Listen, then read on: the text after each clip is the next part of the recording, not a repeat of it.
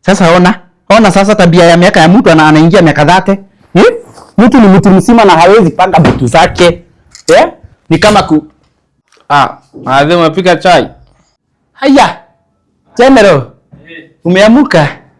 Kira, kachai, unajua ungenunua maziwa jana. Ukiamuka upate chai. Alafu tena mama wako wa kazi hajapika.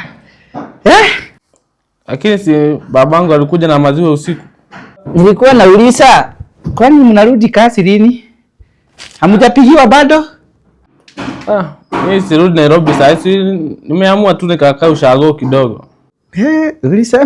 Ulisema ukae huku tukule nini?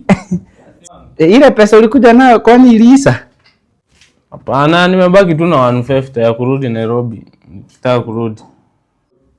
Ni kweli nilikwambia ukipata shida ukuja, lakini sio kila wakati. Tena mtu hakaji hivyo. Watu warudi makazi kwao na warudi manyumba zao. Mtu ni mtu mzima, anafaa kuwa na watoto. Nafaa kuwa nikiitwa nyanya. Lakini mtu huku kazi ni kupagiwa tu vitu za nyumba, huku na kufuliwa nguo kama mwanamke.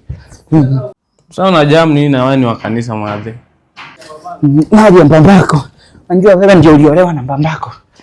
Wewe ndio mke wa mbambako. Kuna kitu nilikuwa nataka kukuambia. Usiniambie saa hii, utaniambia ukipata kazi. Nilikuwa nataka kukuambia unaweza nunua data, minute na SMS hata ukiwa unaokoa. Unaweka tu till 6919 unanunua data na minute ukiwa unaokoa. Sasa hiyo kama unajua hiyo ndio ungefanya, utafute kazi online. Madhe unajamu na hata unaenda na wewe ni wa kanisa. Ukajienda dakika ugirire wewe nyamasi.